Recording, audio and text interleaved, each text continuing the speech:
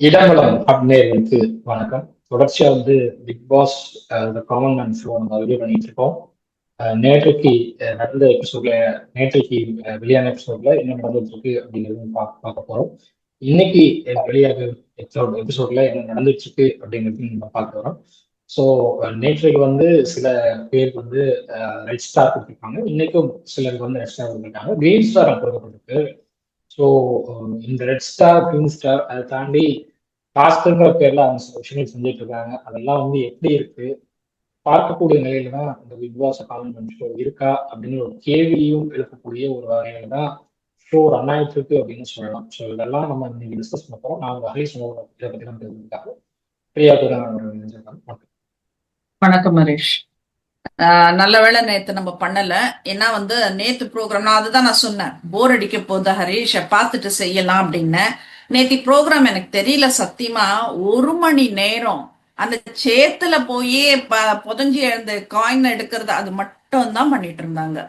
அது எப்படி அவங்க பொறுமையா அதை 1 மணி நேரம் கொண்டு போறாங்கன்றது கூட எனக்கு தெரியல. அங்க உட்கார்ந்துட்டு இருக்கவங்களுக்கே அவ்வளவு இரிட்டேட்டிங்கா இருந்திருக்கும். 1 hour அந்த சேத்துல உருண்டு பிறண்ட. அது ஏசி போட்ட ஒரு அந்த பொண்ணு ஒண்ணு சொல்லவே சொல்லுச்சு, அது எனக்கு சில்லுன்னு இருக்கு, கோல்டா இருக்கு அப்படின்றதெல்லாம் கூட சொல்லவே சொல்லுச்சு. இவ்வளவு நேரம் இது பண்ணதுனால அந்த ரெட் கார்டு கொடுத்தாங்கல்ல, கொடுக்கறதுக்காக இது பண்ணாங்கல்ல அந்த பொண்ணு.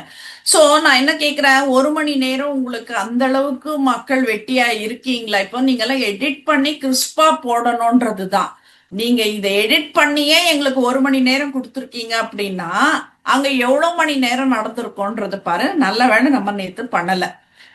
இன்னைக்கு நிஜமாவே நல்லா இருந்தது ஹரிஷ். ஏன்னா அது டான்ஸ்ன்றதுனாலயா வேற இந்த சினி சாங்ஸ் எல்லாம் கொஞ்சம் ஆட் பண்ணி அது ஒரு ஃபிளேவர் கொடுத்ததுனாலயான்னு தெரியாது. இன்னைக்கு ஷோ நல்லா இருந்தது. என்ன நான் பார்த்த வரைக்கும் நல்லா இருந்தது. லைக் டான்ஸே தெரியாதவங்க எல்லாம் அந்த கம்ஃபர்ட் ஜோன்ல இருந்து வெளியில ஏதோ ஒண்ணு என்ன நான் முயற்சி பண்றேன்னு பண்ணதெல்லாம் ஹானஸ்ட்லி டு பி அப்ரிஷியேட்டட். இது நம்ம யாரையும் நம்ம டிகிரேட் பண்ற இதுல இல்ல. ஏன்னா நிறைய பேர் கூச்சம் இருக்கும். இப்போ அதுல ஒரு விஷயம் கூட நடந்தது. பேபி அவங்க தொடாம இது பண்ணுங்க, எங்க ஊர்ல பாக்குவாங்க அப்படின்னாக்கா நீங்க இந்த ஷோக்கே வரக்கூடாது. அது என்ன இன்னும் டாஸ்க்குங்கெல்லாம் இருக்கு, அந்த பொம்மை டாஸ்க் எல்லாம் இருக்கு. அப்ப என்ன பண்ணுவீங்க? தொடாம எடுங்க தொடாம எடுங்கன்னா ஒன்ஸ் வந்துட்டனாக்கா எல்லாம் பார்த்துட்டு தான் போகணும். நீ அந்த அளவுக்கு ஒரு ஆர்த்தடாக்ஸா இருக்கணும் அப்படின்றத நீங்க பாத்தீங்கன்னாக்கா அதுக்கு வீட்டுல உட்காந்துக்கணும், இங்க வரக்கூடாது. இந்த ஷோவே ரொம்ப வித்தியாசமான ஒரு விஷயம். நம்ம இதுக்கு முன்னாடி பார்த்த பிக் பாஸும் சரி, இப்ப பார்க்க போற பிக் பாஸும் சரி, இது எப்படின்னா சிட்டி லைஃப் ஸ்டைலுக்கும் கிராமத்துல இருக்கிற லைஃப் ஸ்டைலுக்கும் பெரிய வித்தியாசத்தை நம்ம பார்க்க முடியும். கண்டினியூஸ் ஃபர்ஸ்ட் சீசன்ல இப்போ வரைக்கும் அதான் பார்த்துட்டு இருக்கோம். எப்படி கிராமத்துல இருந்து ஒருத்தவங்க வராங்க அப்படின்னா அவங்க சிட்டி லைஃப் அடாப்ட் ஆகுதுங்கிறது ரொம்ப பெரிய ஒரு ஸ்ட்ரகிள் பண்ண வேண்டியது இருக்கு. பிக் பாஸ் வீட்டுக்குள்ள போனா நிறைய பேர் அப்படிதான் வெளியில போயிருக்காங்க. பிக் பாஸ் வீட்டுக்குள்ள வெளியில போனதே அப்ப அதனாலதான் வெளியில போயிருக்காங்க. சிட்டி லைஃப்க்கு அடாப்ட் ஆக வேண்டிய இடத்துக்கு தள்ளப்படுறாங்க கிராமத்தினர் அப்படின்னு தான் பார்க்க வேண்டியது இருக்கு. என்ன பொறுத்தவரை உங்களுக்கு ஒரு ஒரு கிராமத்துல இப்படிதான் இருக்கணும், இப்படிதான் நடக்கணும் அப்படிங்கிற ஒரு கட்டுப்பாடு இருக்குன்னா அந்த கட்டுப்பாடை தாண்டி நீங்க சிட்டி லைஃப்ல வர வேண்டிய ஒரு சூழல் தள்ளப்படணும். இப்படி தள்ளப்படுற இடம் தான் பிக் பாஸ் நான் பாக்குறேன். ஸோ அந்த இடத்துல அதைத்தான் அவங்க சொல்றாங்க. எங்க ஊர்ல இப்படி பார்ப்பாங்க, இதெல்லாம் பண்ணக்கூடாது, இதெல்லாம் இதெல்லாம் நீங்க டச் பண்ணக்கூடாது அப்படின்னு சொல்லிட்டு அவங்க அதைத்தான் சொல்றாங்க. இந்த சிட்டி லைஃப் நீங்க அனுபவிக்கணும், இந்த சிட்டி லைஃப் படிதான் நீங்க இருக்கணும் அப்படின்னா நீங்க பிக் பாஸ்ல வர்றது தப்பே இல்லை. பட் நான் கிராமத்துக்கு படிதான் இருக்கணும், கிராமத்து வாழ்க்கையை தான் நான் வாழ்றேன், என்னால அப்படிதான் வாழ முடியும், என்னால இந்த சிட்டி லைஃப் அக்செப்ட் பண்ணிக்க முடியுதுன்னா நீங்க பிக் பாஸ்க்கு வரக்கூடாது. பிக் பாஸ் உங்களுக்கு அடாப்டட் மைண்ட் செட், அந்த சிட்டி லைஃப் அடாப்ட் பண்ணிக்கிற மைண்ட் செட் இருக்கிறவங்களால மட்டும்தான் ஏற்றுக்கொள்ளக்கூடிய ஒரு ஷோவா இன்னைக்கு இருக்கு. இது எப்போ மாறுங்கிறது எனக்கு தெரியல. உங்களுக்கு இன்னைக்கு இதுதான் ட்ரெண்ட், இப்படிதான் இருக்கணுங்கிற ஒரு மைண்ட் செட்டுக்கு எல்லாம் நடந்துட்டாங்க. இதுக்கப்புறம் நீங்க மறுபடியும் பழைய கிராமத்து வாழ்க்கையெல்லாம் நல்லது, அப்படி இருக்கிறதான் இது இப்படி இருக்கிறது நல்லது கொண்டு வரதான் கஷ்டம். அதெல்லாம் வாய்ப்பே இல்லை. அப்போ இருக்கிறத அடாப்ட் பண்ணிட்டு நீங்க பண்ணணும். இது இருக்கிறத அடாப்ட் பண்ணாம நான் இப்படிதான் இருப்பேன்னு சொல்றதுங்கிறது அது இந்த ஷோக்கு நீங்க தகுதியான நபர் இல்லை அப்படிங்கிறதான் காட்டுமே தவிர அதுதான் நீங்க இப்பவே எலிமினேட் ஆயிட்டு போயிருக்கோம்ன்ற. இப்போ இவங்க டச் சொல்றதுல இருக்கு மாத்திக்க மாட்டாங்க. ஹரேஷ், இல்ல அன்வான்ட் டச் இருந்து நீங்க அந்த மாதிரி போர்க்கொடி தூக்குனீங்கனாக்கா அப்ரிஷியேட் பண்ணலாம். அது தவறா தொட்டுட்டாரு, அது தப்பு அப்படின்னுட்டு நம்ம இது பண்ணலாம். ஒரு டான்ஸ் டான்ஸ்ல எப்படிங்க, டான்ஸ்ல எப்படிங்க டச் இல்லாம? டான்ஸ் பர்பஸ்லி வந்துட்டு மேல இப்போ கை வச்சதுன்னுட்டுன்னு விக்ரம் எடுத்துக்க பிரபுவும் முடியாது. விக்ரம் பிரபுவும் கீர்த்தி சுரேஷும் ஒரு படம் பண்ணாங்க. அதுல வந்து ஒரு டான்ஸ் இது இருக்கும், கான்செப்ட் ஒன்று இருக்கும், ஒரு பாட்டு இருக்கும். இந்த டான்ஸ் பாட்டுக்கு கான்செப்ட் பாட்டுக்கு வந்து இவங்க காயத்ரி ராமஸ்கர் தான் அந்த படத்துல வந்து கூப்பிட்டு நீங்க கொரியோகிராஃபி பண்ணுங்க அப்படின்னு சொல்லி சொல்லுவாங்க. அவங்க வந்து டச்சிங்கோட அந்த கொரியோகிராஃபி நடக்கும். அப்போ அங்க இருக்கவங்க சொல்லுவாங்க டச்சிங்லாம் இருக்கக்கூடாது அப்படின்னு சொல்றப்போ தலையில வச்சுக்கிட்டு டச்சிங் இல்லாமல் வேற ஒரு கான்செப்ட்ல பண்ணுவாங்க. அந்த டச்சிங் இல்லை அப்படின்னா வந்து டான்ஸே கிடையாது. லுக் அது இப்போ டச்சிங்ன்றது வந்துட்டு இப்போ அந்த கரிஷ்மாவை தூக்குனாம் பாரு, இப்போ அதெல்லாம் அன்வான்ட்னு சொல்லிக்கலாம் நம்ம. அதுதாங்க டான்ஸ். இல்ல இல்ல, ஐ அக்செப்ட். இப்ப இவங்க பேபிய வந்துட்டு அந்த மாதிரி பண்ணிருந்தாங்கனாக்கா நீங்க இப்ப வந்துட்டு இல்ல I'm not okay with this அப்படின்னுட்டு நீங்க அதுக்கு பண்ணிருக்கலாம். ஒரு பக்கத்துல ஒருத்தர் ஆடுறவங்க இடிக்கிறதுக்கு கொள்றதுக்கெல்லாம் மேல கைப்படக்கூடாது கால் படக்கூடாதுனாக்கா அப்ப இவங்க என்ன பஸ்லயே ஏறி இருக்க மாட்டாங்களா? ஒரு ரஷ்ஷான ஒரு பஸ் இப்ப சென்னை வராங்க அப்படின்னாக்கா நீங்க பஸ்லயே ஏறினது இல்லையா, ட்ரெயின்ல ஏறினது இல்லையா? எனக்கு புரியல, எனக்கு அந்த கான்செப்ட் எனக்கு சுத்தமா புரியல. இது எப்படி இருக்குனாக்கா அந்த தவறி மேல கைப்படுறவங்களையும் வந்துட்டு ஒரு தப்பான கண்ணோட்டத்துல கைப்படுது அப்படின்ற மாதிரி ஒரு முத்திர குத்துறீங்க அப்படின்றதுதான். அப்ப நீங்க உங்களை மாத்திக்கணும். அதுதான் நான் ஃபர்ஸ்ட் நான் சொல்ல வரேன். மத்தபடி வந்துட்டு எனக்கு எல்லாரோட டான்ஸுமே ரொம்ப பிடிச்சது. எல்லாம் வந்துட்டு ஒரு எந்துவா ஆடினாங்க. அது கூட அந்த ஒரு பேர், அந்த குள்ளமா ஒருத்தர் இருப்பாரு, அவர் பேர் என்ன? மணிவண்ணன். என்ன பேரு? மணிவண்ணன் தானே, மணிவண்ணன். மணிவண்ணன். யா யா மணிவண்ணன். உண்மையிலேயே சொல்றேன், ஆப்ட் ஹரிஷ் அது. நான் ரொம்ப ரசிச்சேன் நானு. இப்போ ஷர்ட் கட்டுறது எல்லாமே வந்துட்டு எல்லாம் ஆபாசம் ஆபாசம். இப்ப இவங்க எல்லாம் உட்காந்துட்டு பெல்ட்டை கட்டுற, பேண்ட் எல்லாம் அந்த கட்டக்கூடாது பாட்டே கட்டக்கூடாது. அந்த பாட்டே வந்து ஜென்ஸ் ஆண்களுக்கு அந்த பாட்டே கிடையாது. ஆமா, அது கூட அந்த பொண்ணு அப்படி வளைஞ்சு நெளிஞ்சு ஆடிட்டு இருக்காது. அது கரெக்டான ப்ராப்பர் ஸ்டெப்ஸ் போட்டுட்டு அந்த அளவுக்கு இடுப்ப வலிச்சு ஆடிட்டு இருக்கு. இப்ப இவர் ஒண்ணுமே பண்ண போறது இல்ல. அதை பார்த்துட்டு அப்படியே நிக்க போறாரு, சோர்ந்து போயிட போறாருன்னு தான் நான் நினைச்சேன். செம்ம செம்ம வைப்பு கொடுத்தது. ஏன்னா எல்லாருமே வந்துட்டு அந்த பொண்ணு அப்புறம் பாத்துக்கலாம், இவரை பார்க்கலான்ற மாதிரி தான் இருந்தது. எல்லாரோட பார்வையும் அந்த அளவுக்கு நல்லா ஆடினாருன்றதுதான். அதே மாதிரி அந்த ரெண்டு ஜென்ஸ் பேரும் சொன்ன மாதிரி ரொம்ப நல்லா ஆடினாங்க. ரஞ்சித் குமாரும் பேர் எனக்கு ரஞ்சித் குமாரும் இன்னும் எங்களுக்கு பேரு சரியா வரல. அது என்ன சொல்றது, அது ஒரு அவங்க இதுக்குள்ள போனா, பிக் பாஸ்குள்ள போனாதான் நமக்கு அவங்க கரெக்டா பரிச்சயம் ஆவாங்கன்றது. அடுத்தது வந்துட்டு ரெண்டு லேடிஸ் ஆடினவங்க கூட எனக்கு அந்த திவ்யா அவங்கள வந்துட்டு நான் கேட்டுட்டே இருந்தேன், இவங்களை எப்படி உள்ள விட்டாங்க பிக் பாஸே பார்க்கலன்றவங்களை எப்படி உள்ள விட்டாங்கன்னு. But the vibe was really good. அந்த டான்ஸ் வந்துட்டு ரொம்ப நல்லா ஆடினாங்க அப்படின்றதான் சொல்லணும். இவங்க ஜட்ஜஸ் சொன்ன மாதிரி தான் இந்த பேரா போனவங்க கிட்ட நம்ம ரொம்ப கெமிஸ்ட்ரி எதிர்பார்த்துட்டோம். நல்லா ரெண்டு பேரும் அவ்வளோ அழகா இருந்தாங்க. நிறைய எக்ஸ்பெக்டேஷன் இருந்தது. அந்த இது இருக்கும், நம்மளுக்கே வந்துட்டு ஒரு ரொமான்டிக் மூடு வரும், அந்த மாதிரி வந்துட்டு ஒரு எக்ஸ்பெக்டேஷன்ல தான் நம்ம அந்த சாங் பார்த்தோம். ஆனா எவ்வளோ என்ன சொதப்ப முடியுமோ ரெண்டு பேருமே ஈக்குவல் பங்கு எடுத்து சொதப்பிட்டு போயிட்டாங்க. அந்த ரெண்டு பேர் கொடுக்காமலே இருந்திருக்கலாம். எனக்கு தெரிஞ்சு முனியமா ஆடினதே கூட நல்லதா இருந்துச்சு, அழகா தான் ஆடினாங்க. வெளியில வந்து ஆடினாங்க, அது ரொம்ப நல்ல விஷயம். அது பெரிய விஷயம். அது இந்த பிக் பாஸ் ஷோக்குள்ள போறது வந்து கம்ஃபர்ட் ஜோன்ல இருந்து வெளியே வரணும். பிக் பாஸ் ஷோக்குள்ள போகணும், அதை கரெக்டா பண்றாங்க. இந்த முறை கரெக்டா ஒர்க் அவுட் பண்ணிருக்காங்க. சோ இந்த மாதிரி விஷயங்கள் எல்லாம் வந்துட்டு நாங்க அப்ரிஷியேட் பண்ண வேண்டிய இடத்துல நம்ம அப்ரிஷியேட் பண்ணிடுறோம்.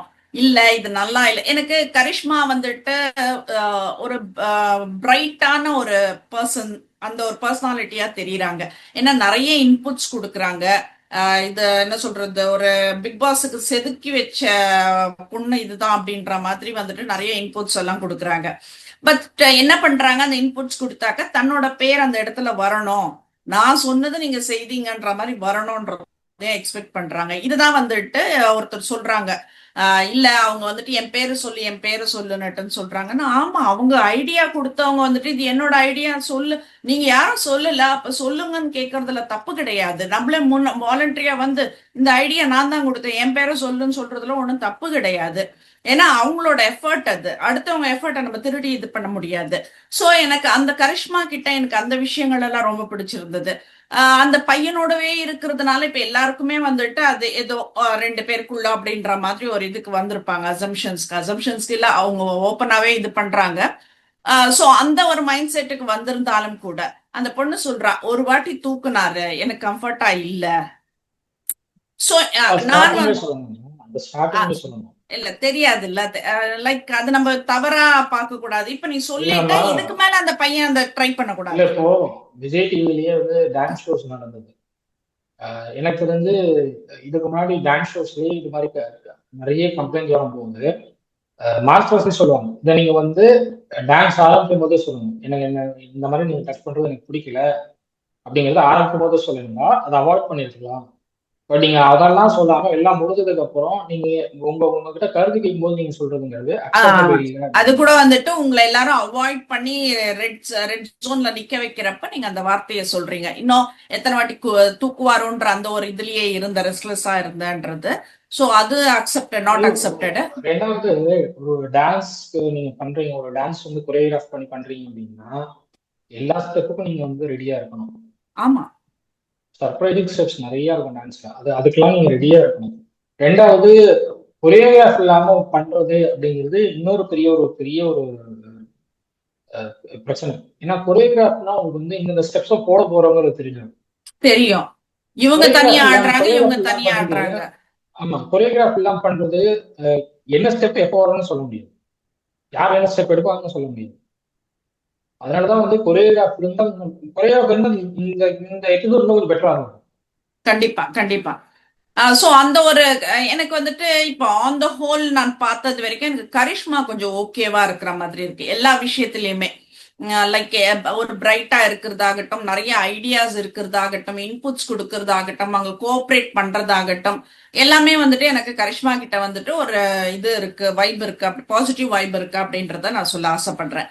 பட் இன்னொரு விஷயம் என்ன அப்படின்னா, வை முனியம்மான்றதுதான் எனக்கு ஒரு பெரிய கொஸ்டின் மார்க் இருக்கு. எதுக்கு விஜய் டிவியும் அந்த ஜட்ஜஸும் அந்த முனியம்மாவை அப்படி தூக்கி வச்சு கொண்டாடுறாங்கன்னு எனக்கு சத்தியமா புரியல. ஃபர்ஸ்ட் இதுவே பஸ் இதுலயே அவங்களுக்கு கிடைக்கல, அடுத்தது சேர் இதுல அவங்களுக்கு கிடைக்கல, மாயா எடுத்துட்டு போய் பேட்ஜை கொடுத்துட்டு கூட்டிட்டு வராங்க. சோ இந்த ரெண்டு இதுலயுமே வந்துட்டு நிராகரிக்கப்பட்டவங்களுக்கு நீங்க ஏன் வந்துட்டு இவ்வளவு முக்கியத்துவம் கொடுத்து, அவங்க சொல்றது கரெக்ட் பாத்தீங்களா, அவங்க ஒரு கிராமத்துல இருந்து வந்து பேசிட்டாங்கன்னா, அப்ப கிராமத்துல இருந்து வர்றது வந்து இப்போ நீங்க எந்த விக்டிம் கார்டும் தூக்க கூடாதுன்றீங்க. அப்ப இந்த விக்டிம் கார்டு எதுக்கு? கிராமத்துல இருந்து வந்தாங்கன்னா அவங்க கிராமத்துல ஒண்ணும் சும்மா கிடையாது, அவங்க ஆல்ரெடி யூடியூப் வச்சு நடத்திட்டு இருந்தாங்க. இப்ப என்ன கிராமத்துல இருந்த மாதிரியே இருந்தாங்க அவங்க? யூடியூப்ஸ் எல்லாமே இருந்தது, என்ன ஒண்ணு வயல்ல எல்லாம் பசுமையில பண்ணது இன்னும் நல்லா இருந்தது, அவ்வளவுதான். இதை நீங்க எதுக்கு? நீங்க கிராமத்துல இருந்து வந்தாங்க அவங்களே இப்படி பேசுறாங்க அப்படின்னாக்கா அவங்களுக்கு தான் பேச தெரியும். அவங்கதான் நிறைய பேர் இப்ப என்ன பண்ணுவாங்க, ஒரு வயலுக்கு போறேன்னா கூட எப்படியோ வந்துட்டு ஒரு 15-20 பேரை மீட் பண்ணிட்டு தான் போவாங்க. ரிட்டர்ன் வரப்போ ஒரு 15. அப்போ அந்த வயல்ல வேலை பார்க்கும்போது உங்களுக்கு வந்து பேசதான் செய்வாங்க வேலை பார்க்கறவங்களே. ஆமா, எல்லாம் ஊர்க்கதையில இருந்து நாட்டு கதையில எல்லாமே பேசதான் செய்வாங்க. சொல்ல போனா சிட்டில இருக்கிறவங்களுக்கு தான் ஒருத்தரோட பக்கத்து வீட்டுல யாரு இருக்காங்கன்னு தெரியாது. நீங்க ஆனா அந்த ஊர்ல இருக்கிற மக்கள் கிட்ட போய் கேளுங்க, அந்த எல்லையில யாரு இருக்கிறாங்கன்னு கூட சொல்லுவாங்க. ஒருத்தரை பார்த்துட்டு இது எங்க ஊருக்காரு இல்லைன்றதையே வந்துட்டு ஆணித்தரமா சொல்லுவாங்க, வயசான பாட்டி ஆகட்டும் தாத்தா ஆகட்டும். அப்படி இருக்கும்போது நீங்க எதை வச்சு நீங்க அது கிராமத்து ஆளு சிட்டி ஆளுன்னு பிரிக்கிறீங்கன்றது எனக்கு தெரியல. அந்த முனியமா உங்களுக்கு ஏன் இவ்வளவு இம்பார்ட்டன்ஸ் கொடுக்குறீங்க, இவ்வளவு ப்ரிஃபரன்ஸ் கொடுக்குறீங்க? எல்லாத்தையும் இப்ப கூட வந்துட்டு என்ன சொல்றது, பேக்ல தான் இருக்காங்க எல்லாருமே வந்துட்டு. நல்லா இவங்கனாலதான் அந்த கேமை நாங்க மிஸ் பண்ணோன்ற அளவுக்கு வந்துட்டு அந்த சேத்துல போட்டு உருட்டு பரட்டாங்கல்ல, அதுல அதுல சொல்றாங்க அவங்கதான் வந்துட்டு பண்ணாங்க அப்படின்னுட்டுன்னு. சோ இவ்வளவு டிராபேக்ஸ் இருக்கு ஒரு விஷயத்துல. அப்படி ஆக்சுவலா இருக்கும்போது அந்த சேத்துல இது பண்ற டாஸ்க்குங்கிறது என்ன பொறுத்தவரை மூலியமா பண்ணது கரெக்ட். ம், சரி, உங்களுக்கு அங்க வந்து கம்ப்ளீட்டா சென்ட்ரலைஸ் ஏசி, அந்த செட்டே வந்து சென்ட்ரலைஸ் ஏசியோட இருக்கு. அப்படி இருக்கிற ஒரு செட்ல நீங்க வந்து உருண்டு கரண்டு சேத்துல உருண்டு கரண்டு எல்லாம் வரதுங்கிறது உங்களுடைய ஹெல்த்தையும் பாதிக்கும். ரெண்டாவது, சேரா இருந்தா பிரச்சனை இல்லை. அங்க ஒரு கண்டஸ்டன் சொல்றாரு, கீழே விழுந்த சேர்ந்தப்ப எனக்கு கால்ல எல்லாம் வந்து காயம் இருக்கு அப்படிங்கிறாரு. ஸோ அப்போ அந்த இடத்துல வந்து எங்க எப்படி இருக்கணும், எங்க எந்த மாதிரி வந்து நம்ம விளையாடணுங்கிறது இவங்க வந்து தெளிவா புரிஞ்சுட்டாங்கிறத நான் பாக்குறேன். ஸோ என்ன பொறுத்தவரை மூலியமா பண்ணது கரெக்ட். உங்களுக்கு வந்து தேடுறது அப்படிதான் தேட முடியும் இந்த மாதிரியான இடத்துல. ஏன்னா சேர்ல எங்க எப்படி இருக்குன்னு சொல்ல முடியாது. செம்மண் சேருங்கிறப்போ அந்த செம்மண் சேர்ல எங்க கல் இருக்குன்னு சொல்ல முடியாது, மண் எங்க அதிகம் இருக்குன்னு சொல்ல முடியும். சோ அந்த வகையில உணவை பண்ணது கரெக்ட். அது தப்பா புரிஞ்சுக்கிட்டாங்க அந்த டீம்மேட்ஸ் அப்படிங்கிறத நான் பாக்குறேன். ரெண்டாவது இவங்க அதிக நேரம் எடுத்துக்கிட்டாங்க. அதுதான் சொல்றாங்க, வேஸ்டட் இவங்க டைம் அதிக நேரம் அப்படின்றதுதான். எடுத்துக்கிட்டாங்க. ரெண்டாவது இவங்களுக்கு வந்து இந்த காயின்ஸ் எல்லாம் அந்த ஆப்போசிட் டீம் பண்ண மாதிரி இவங்களுக்கு காயின்ஸ் எல்லாம் ஒரு இடத்துல அடுக்கி வச்சு இந்த காயின்ஸ் இங்க இருக்குன்னு சொல்றதுக்கு தெரியல. அந்த அந்த ஒரு புரிதல் இல்லை அவங்களுக்கு. ஸோ அதனால வந்து ஒரு டிராபேக் ஆயிடுச்சு தவிர அவங்க கேம் பிளானே தப்புன்னு சொல்றதா நான் என்னால அக்செப்ட் பண்ண முடியும். ஏன்னா அதுதான் சரியான ப்ராசஸ். இல்ல நீங்க நான் சேர்ல வந்து ஒரு கேம் விஷயம் தேடுறீங்கன்னா அதான் ப்ராசஸ். இல்ல நான் வந்துட்டு அது ஜஸ்டிஃபை பண்ணல, அது கேம் ப்ராசஸ் தப்பு ரைட்டு சொல்லல. பட் ஸ்டில் எல்லாருமே வந்துட்டு அவங்கனாலதான் நாங்க லூஸ் பண்ணோம் அப்படின்னு சொல்றப்ப வந்துட்டு இவங்க அப்பயும் வந்து முனியமாக்கு அவ்வளோ ஒரு ப்ரிஃபரன்ஸ் கொடுத்துட்டு இப்போ ஆக்சுவலி முனியமா உள்ள போறாங்க பிக் பாஸ் இதுக்குள்ள. அப்போ அந்த மாதிரி ஒரு இம்பார்ட்டன்ஸ் கொடுத்துட்டு போற அளவுக்கு என்ன இருக்குன்றது தான் வந்துட்டு நம்மளோட கொஸ்டின் மார்க்கா இருக்கு. அண்ட் இது வந்துட்டு காமன் மேன் சொல்லிட்டு யார் யார் ஹரிஷ் அந்த 3 பேரு? ஜேசன் அசிஸ்டன்ட் டைரக்டர், அதே மாதிரி கரிஷ்மா அவங்க வந்து ஃபிலிம் ப்ரொடியூசருடைய மகள், மூணாவது முனியம்மா அவங்க யூடியூபரா இருக்காங்க. ஸோ அந்த 3 பேர் வந்து பிக் பாஸ் வீட்டுக்குள்ள போறது கிட்டத்தட்ட உறுதி ஆயிடுச்சு அப்படின்னு சொல்றேன். எனக்கு உறுதி தான் ஆயிடுச்சு. தகவல் கிடைச்சது. அப்ப இது எப்படி காமன் மேன் ஷோல இருந்து நீங்க பிக் பண்ணீங்க இந்த 3 பேரா அப்படின்றதுதான் கேள்வி. இந்த 3 பேர் வந்துட்டு இதை ஆல்மோஸ்ட் தாண்டி கன்ஃபார்ம்டுங்க. இத இல்ல ஆல்மோஸ்ட் 99% கன்ஃபார்ம் தான் சொல்லுவாங்க. இதை தாண்டி வந்து 2 பேர் செலக்ட் பண்ணியிருக்கிறதாகவும் அவங்க வந்து ஓட்டிங் முறையில பார்க்க போறதாகவும் சொல்லப்படுது. அது எந்த அளவுக்கு உண்மைங்கிறது தெரியல. பட் இந்த 3 பேர் உள்ள போறது கன்ஃபார்ம் அப்படிங்கிறது தான் சொல்லியிருக்காங்க. அதுதான் இப்ப இந்த 3 பேருமே என்ன பொறுத்த வரைக்கும் இல்ல நம்ம பொறுத்த வரைக்கும் அது காமன் மேன் செக்டார்ல வரவே வராது. அப்படி இருக்கும்போது இது என்ன காமன் மேன்னா வந்து உங்களுக்கு சாதாரண மக்கள் வந்து ஒரு 2-3 பேர் எனக்கு அது காமன் மேன். யூடியூபரையும் விஜேவையும் உங்களுக்கு வந்து சினிமா ப்ரொடியூசருடைய இன்ஃபுளுசர்ஸுங்க? ஃபேமிலியில இருந்து இது அசிஸ்டன்ட் டைரக்டர் போறது கூட எனக்கு சொல்ல ஓகே. ஏன்னா அவங்க போறாங்க, அவங்களுக்கு ஒரு ஐடியா இருக்கும், அந்த ஐடியா டெவலப் பண்றதுக்கு போறாங்கன்னு புரிஞ்சுக்க முடியுது, அது ஓகே. ஏன்னா நாளைக்கு படம் பண்றதுக்கு ஒரு ஐடியா தேவை, அதனால வந்து இந்த மாதிரி பண்றாங்க அப்படின்ட்டு எடுத்துக்கலாம். அவட வந்து சினிமா ப்ரொடியூசருடைய ஃபேமிலியில இருந்து ஒருத்தர் ஏன் போகணுங்கிற கேள்வி இருக்கு. கரிஷ்மா வந்து ப்ரொடியூசருடைய மகள் அப்படிங்கிறப்போ ஷீஸ் ஆல்ரெடி செட்டில். ஆமா, அப்புறம் ஏன் வந்து நீங்க அந்த பொண்ணை செலக்ட் பண்ணி அந்த பொண்ணை ஏன் உள்ள அனுப்புறீங்க அப்படிங்கிறது புரியல. முனியமா ஓகே, அவங்க வந்து சிட்டி வாழ்க்கைக்கு அடாப்ட் ஆகணும்னு அவங்க நினைக்கிறாங்களா, இல்லை நீங்க அவங்கள மாதிரியான ஆட்கள் சிட்டி வாழ்க்கைக்கு அடாப்ட் ஆகணும்னு விரும்புறீங்களா அப்படிங்கிறது எனக்கு தெரியல. எதனால வந்து முனியமா அவங்க வந்து நீங்க கம்ப்ளீட்டா உள்ள அனுப்பி தள்ளி திணிச்சுக்கிட்டே இருக்கீங்க எனக்கு புரியல இன்னும். ஏன்னா இல்ல அவங்க அவங்களுக்கு அவங்க இப்பவே வந்து ஒரு கான்டென்ட் டாஸ்க்ல பெருசா கொடுத்துடுறாங்க. இல்ல டாஸ்க்ல வந்து அவங்க பெருசா ஈடுபாடு இல்லை. அவங்க வந்து ஏதோ பண்றாங்க, ஓகே, அவங்க வந்து ஏதோ முயற்சி ஈடுபாடு பண்றாங்க, அது இல்லைன்னு முயற்சி சொல்லல நானு. பண்றாங்க. பட் வந்து பெரிய அளவுல ஈடுபாடு காட்டல. அவங்க ஜெயிக்கணுங்கிற அந்த ஈடுபாட்டோட டாஸ்க்ல இறங்க மாதிரி எனக்கு தெரியல. அப்படி இருக்கிறப்ப நம்மளால என்ன முடியுமோ அதை பண்ணுவோம்னு போறாங்க. அப்படி இருக்கிறப்ப இல்ல அவங்க புஷ் பண்ணிட்டே இருக்கிறது ஏங்கிறது எனக்கு புரியுது. இல்ல அதுதான் கேக்குறேன். அவங்கள வந்துட்டு ஒரு கான்டென்ட் கொடுத்துட்டு அதை ஏன் டெலிவர் பண்ண வைக்கிறீங்கன்னு கேக்குறேன். இப்ப வந்துட்டு அவங்க சொல்றாங்க, என் ஹஸ்பண்ட் வந்திருந்தாங்க, அவங்க சொன்னாங்க இப்ப இந்த மாதிரி நல்லா இருக்க பண்ணவங்க எல்லாம் வந்துட்டு வெளியில அனுப்புறாங்க, அது சரியா பண்ணல ஜட்ஜஸ்ன்ற மாதிரி எல்லாம் சொன்னாங்க. நான் வந்துட்டு இது முதலே வந்துட்டு எல்லாரும் இன்னாரெல்லாம் செலக்ட் பண்ணி வச்சுட்டாங்கன்ற மாதிரி வெளியில பேசிக்கிறாங்கன்றத சொன்னாங்க அப்படின்னு சொல்லிட்டு அவர் சொன்னாரு. நான் அப்படியெல்லாம் கிடையாது, அங்க நடந்ததுதான் அப்படின்னப்போ வந்துட்டு அவர் சொல்றாரு, உன்னை செலக்ட் பண்ணிட்டாங்க அதனால நீ இப்படி பேசுறது எதுக்கு, அதை வந்துட்டு ஒரு முனியம்மா கிட்ட கொடுத்து டெலிவர் பண்ண வைக்கிறீங்க? இது வந்துட்டு சேனலோட கான்டென்ட் இது. வை முனியம்மா ஃபார் திஸ் அப்படின்றது தான் அந்த பிராண்டு வந்துட்டு அந்த கான்டென்ட்டை டெலிவர் பண்ண முனியம்மான்ற பிராண்ட் எதுக்குன்றது தான் நான் கேட்கிறேன். நான் நாட் ஃபேர் இது. நீங்க அதுதான் நம்ம ஆல்ரெடி நம்ம எல்லாருமே சொல்லிட்டு இருக்கிறது தான், எல்லாரையும் இவங்க செலக்ட் பண்ணிட்டாங்க யார் யாரை பண்ணணுமோ. இதெல்லாம் சும்மா ஒரு கண் துடைப்பு. இது வந்துட்டு அடுத்தவங்களோட இதுல விளையாடாதீங்கன்றது தான் நம்ம சொல்றோம். ஸோ ஆனா இன்னைக்கு கொஞ்சம் நல்லா இருந்தது பாக்குறதுக்கு, டான்ஸ் பாட்டு நட்டன் போச்சு.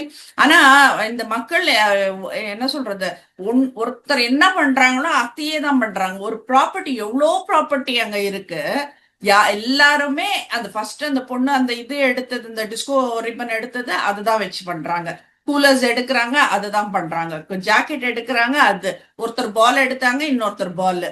சத்தியமா புரியல. இதுல ஒருத்தர் மட்டும் தான் அந்த கொடை எடுத்து நல்லா யூஸ் பண்ணாரு. ஆனா அவர் வந்துட்டு ஸ்டேஜை விட்டு 2 வாட்டி இறங்கிட்டாரு அப்படின்னுட்டுன்னு அவரை இது பண்ணிட்டாங்க. சோ இது என்ன ப்ராப்பர்ட்டி யூஸ் பண்ணணும்ன்றது கூட வந்துட்டு அங்க போய் அவ்வளவு கொட்டி கிடந்தாலும் முன்னாடி இருக்கிறவங்க என்ன பண்ணாங்களோ அதான் பண்றாங்கன்னாக்கா, இப்ப நாளைக்கு அங்க பிக் பாஸ்க்குள்ள போனாலும் இந்த எலிமினேஷன் எவிக்ஷன் ரவுண்டுக்கு அதுதான் பண்ண போறாங்க. ஒருத்தர் என்ன சொல்றாங்களோ அதுதான் அதான் தொடர்ந்து சொல்ல போறாங்க. அதுதானே இவ்வளவு நாள் நான் பார்த்துட்டு இருக்கேன் பிக் பாஸ் அதுதான். காமன்ல. ஓ, முனியமா வந்து சரியா பண்ணலன்னு ஒருத்தர் சொன்னாருன்னா அப்படியே எல்லாரும் முனியமா நல்லா பண்ணலன்னு. மணிவண்ணன் சரியா பண்ணாருன்னா மணிவண்ணன் சரியா பண்ணாருன்னு எல்லாம் ஒரு வரிசையா வரும். ரஞ்சித்குமார் பண்ணல அப்படின்னா ரஞ்சித்குமார் சரியாவே பண்ணலன்னு ஒரு குரூப் சொல்லுவோம். ஸோ உங்களுக்கு உங்களுக்கு எல்லாமே அந்த தாடீஸ்வரன் சொன்ன மாதிரி ஒரு குரூப்பிசம் அப்படிங்கிறது இருக்கு. ஒரு தாடீஸ்வரன் தான் இன்னைக்கு குரூப்பிசம் தான் பண்ணாரு. ம். தனக்கு வந்து என்ன சொல்றது, ரஞ்சித்குமார் ரெட் ஸ்டார் கொடுக்கறதுக்கு அவருடைய பேர் சொல்லலாங்கிறதுனால அவர் ரஞ்சித்குமார் நல்லா கிரீன் பண்ணாரு கொடுத்துட்டாரு. தாடீஸ்வரன் சொன்னாரு. அதுவும் குரூப்பிசம் தான். அதுவும் குரூப்பிசம் இல்லைன்னு சொல்ல முடியாது. அதுவும் குரூப்பிசம் தான். ஸோ உங்களுக்கு வந்து இங்கே ஆரம்பிச்சோம் குரூப்பிசம் இங்கே ஆரம்பிச்சிருச்சு. ஆமா, ஸோ கண்டிப்பா. உங்களுக்கு வந்து பிக் பாஸ் கிட்ட போனா இது எந்த மாதிரி வளரும் அப்படிங்கிறது சொல்ல முடியும். இது போக போக தான் பார்க்கணும், பொறுமையா பார்க்கணும். இந்த ஷோ ஆக்சுவலா ஆல்மோஸ்ட் இந்த ஷோ முடிஞ்சிச்சு. ஷோ முடிஞ்சு நமக்கு ரிசல்ட் எல்லாம் தெரிஞ்சிச்சு, ஏற்கனவே தெரிஞ்சு போச்சு. இது மக்கள் கிட்ட எப்படி இந்த ஷோ ரீச் ஆயிருக்கு அப்படிங்கறதான் பார்க்கணும். மக்கள் வந்து பெரிய அளவுல இந்த ஷோ ஈடுபாடு காட்டலங்கிறத நம்ம புரிஞ்சுக்கணும். ஆமா, ஏன்னா யார் கேட்டாலும் இந்த ஷோ நாங்க பாக்குறது இல்லைங்க, இது எங்களுக்கு தேவையில்லாத ஷோ அப்படிங்கிற ரேஞ்சில தான் சொல்றாங்க. அதுதான் நான் என்ன சொல்றது, ஒரு பிக் பாஸ் விஜய் சேதுபதியோட ப்ரோக்ராம பாக்குற அளவுக்கு மக்கள் கூட வந்துட்டு இதை பார்க்கலன்றதுதான் உண்மை. நம்ம வந்துட்டு அதுக்கு ரெவ்யூ கண்டினியூட்டி பண்ணோம். என்ன முன்னாடி நடக்கிறது வந்துட்டு நம்ம மிஸ் பண்ணிடக்கூடாதுன்றதுனாலதான் நம்ம உட்காந்து பார்த்துட்டு இருக்கோம்னு நினைக்கிறேன். ஏன்னா நம்மளும் வந்துட்டு ஒரு 2 நாள் பார்த்திருந்தா கண்டிப்பா பார்த்திருக்க மாட்டோம் தான் நினைக்கிறேன். இந்த ரெவ்யூ மட்டும் இல்லைன்னா நம்மளும் கண்டிப்பா தொடர்ச்சியா பார்த்திருக்க மாட்டோம்ன்றதுதான். சோ இனியா இவ்வளவு நாளைக்கு வந்துட்டு இன்னைக்கு கொஞ்சம் நல்லா இருந்தது பாக்குறதுக்கு. பார்க்க மிஸ் பண்ணவங்க கொஞ்சம் பாத்தீங்கன்னா நல்லா இருக்கும் அப்படின்றது. அந்த டான்ஸ் எல்லாம் எனக்கு சூப்பரா இருந்துச்சு, எனக்கு ரொம்ப பிடிச்சது. எதுலயுமே ஆபாசம் இல்ல, எல்லாருமே அந்த பேர் பண்ணது கூட எதுவுமே ஆபாசம் இல்ல, எல்லாமே அழகா பண்ணாங்க அப்படின்றதுதான் காமிக்கலா கொண்டு போயிட்டாங்க. காமிக்கல் சட்டையெல்லாம் அந்த ஒரு டான்ஸ் ஷோ எடுத்து கொண்டு போயிட்டாங்க எபிசோடா. அது நல்லா இருக்கும். நீங்க இதே மாதிரி வந்து மற்ற டாஸ்கையும் பண்ணாங்கன்னா பெட்டரா இருக்கும். ஒன்றும் இல்லாத டாஸ்க் எல்லாம் வந்து பெருசா ஊதி பெருசாக்கிட்டு இருக்காங்க விஜய். அதுதான் ஏன்றது எனக்கு புரியல. பார்க்கலாம் அடுத்தடுத்த எபிசோட்ல என்ன பண்றாங்க அப்படிங்கிறத பார்க்கலாம். ஓகே அனிஷ், நாளைக்கு என்ன நடக்குதுன்னு பார்த்துட்டு பேசுவோம். கண்டிப்பா. தேங்க்யூ.